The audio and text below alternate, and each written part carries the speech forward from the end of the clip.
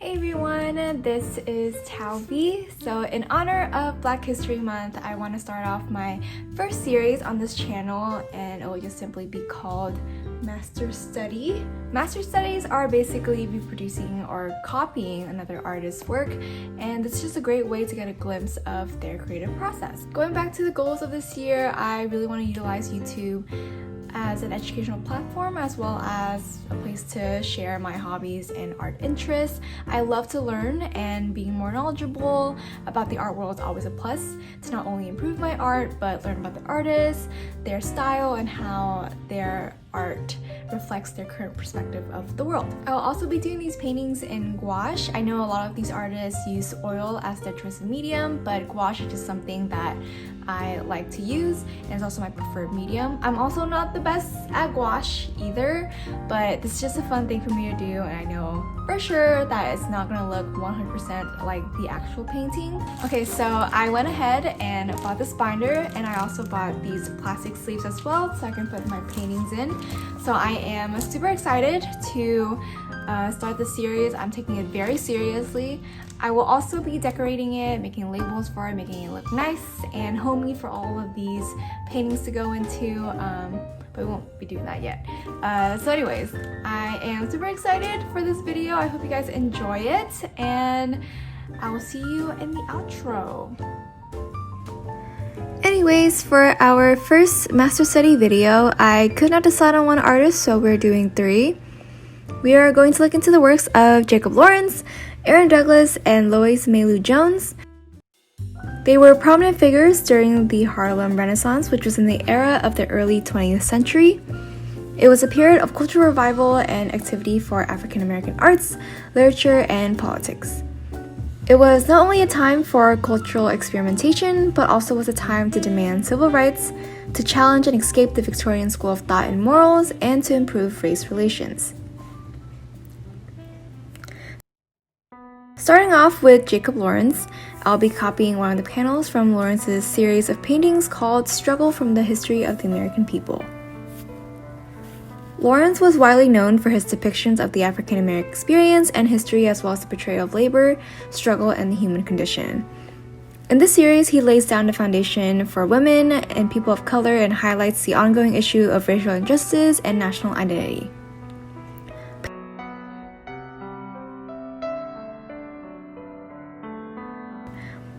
Panel 18 specifically depicts a historical reunion of Sacagawea and the Lemhi Shoshone people.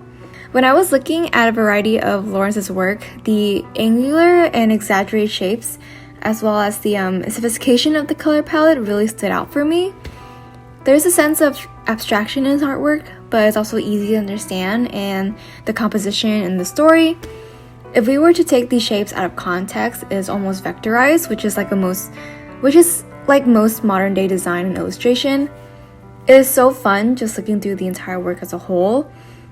There was a lot of hidden nuances that I'm sure is entirely intentional by the artist. For example, in the painting I'm copying right now, when I first came across it, I thought I was doing a landscape study. And so I realized that those are people.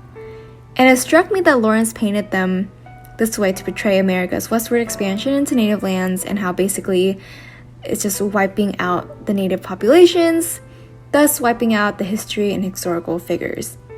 It takes such a dark turn, but I find it's just so genius. I would highly suggest looking into the rest of his Struggle series as well as his Builder series.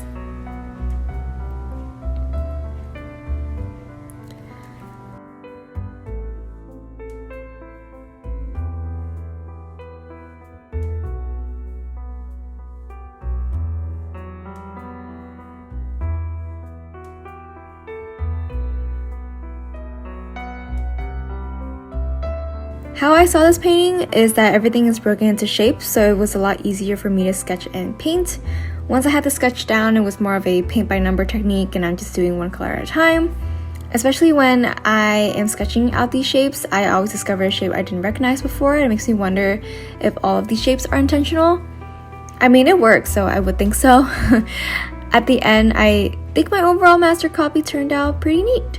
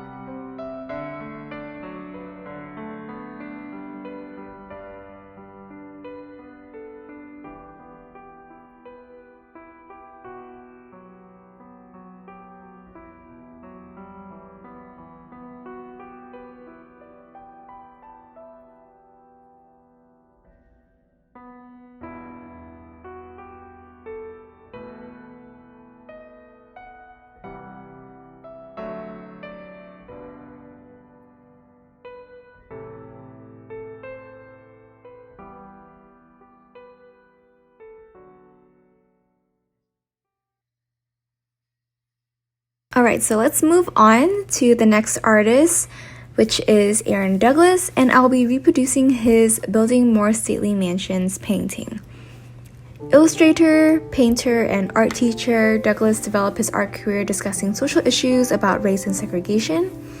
He made great strides to provide educational access and career opportunities for young African American artists, which is the reason why he was such an integral figure during the Harlem Renaissance.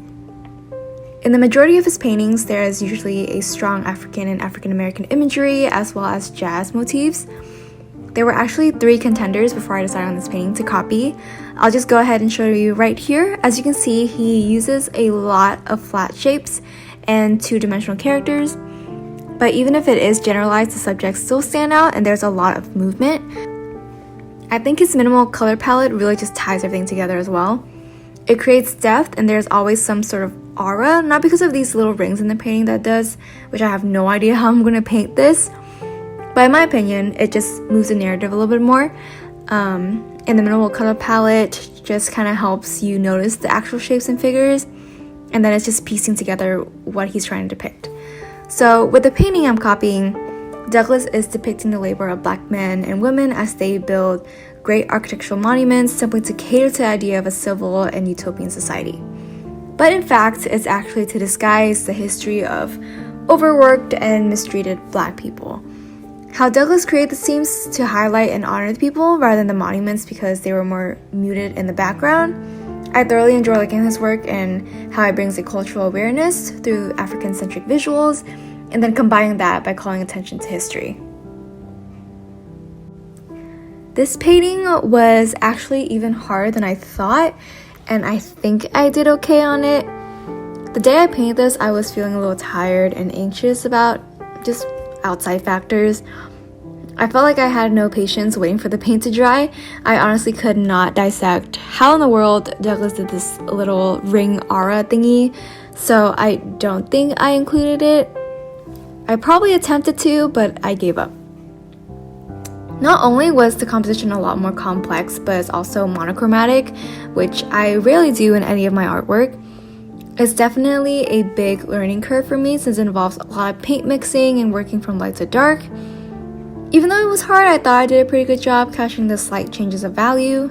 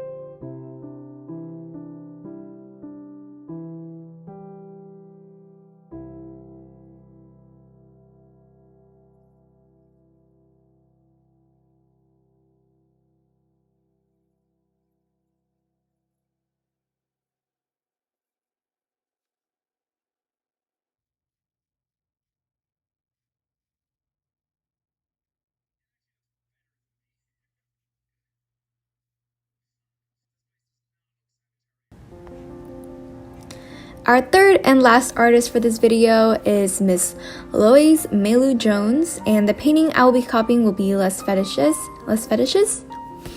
They were definitely not a lot of prominent women artists back then, and I'm sure that there are more that are not listed during the Harlem Renaissance, but I would love to highlight Lois Mailou Jones because she is an awesome human being. Jones was diverse in numerous activities, not just art, like she coached basketball, dancing, and played the piano. Her work introduced a lot of African tribal art, as well as some Haitian and Parisian influence. Jones' ranges of subjects are so vast. There are landscapes and portraits, and she also pushes for a little bit of Cubism and Post-Impressionism. I picked Less Fetishes because it's not only the most popular painting, but it's also a social and critical commentary on the European engagement and depiction of African art. The time that she created this painting, she got negative feedback from her teachers saying that it was just quote-unquote too angular and rationalized. She clapped back, saying that most of the European artists utilize African influence all the time without really understanding the culture and heritage. so she should have every right to use it because it's literally her culture. The controversy behind this painting paved the path for more students to directly challenge their teachers. So, controversy aside, while attaching the social commentary is also talking about mass as both something personal and cultural. In a way, this Cubist interpretation of the 5 African mass is her way to reclaim the African identity during the 20th century.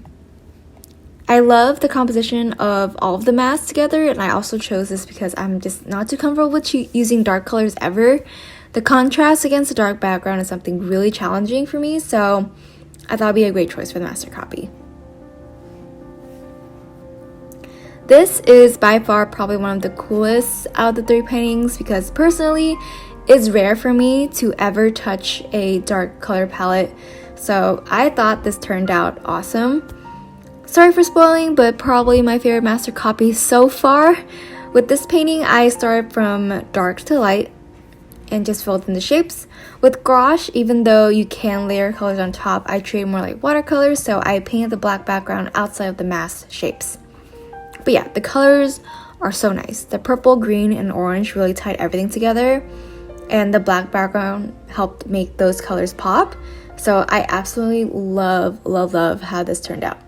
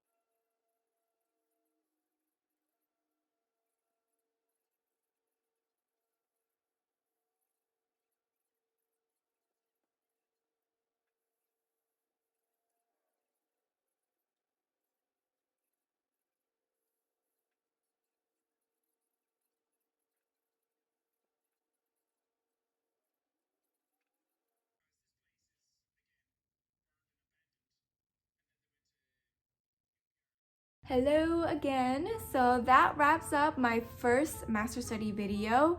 So these are my absolutely lovely paintings. This one,